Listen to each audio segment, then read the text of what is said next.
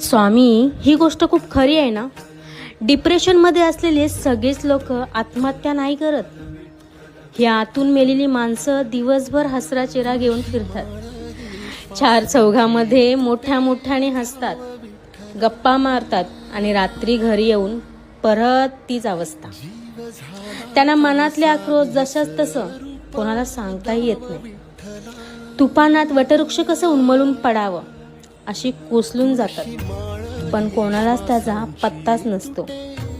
आरशासमोर उभे राहून हसण्याचा प्रयत्न करतानाही त्यांचं लक्ष फक्त डोळ्यांच्या पाण्याकडेच असतं. रात्री ऊस बदलत झोपी जाण्याचा प्रयत्न पहाटेपर्यंत चालू असतो आणि एका क्षणी ती गाढ झोपूनही जातात आणि तोच त्यांचा सुखाचा क्षण असतो.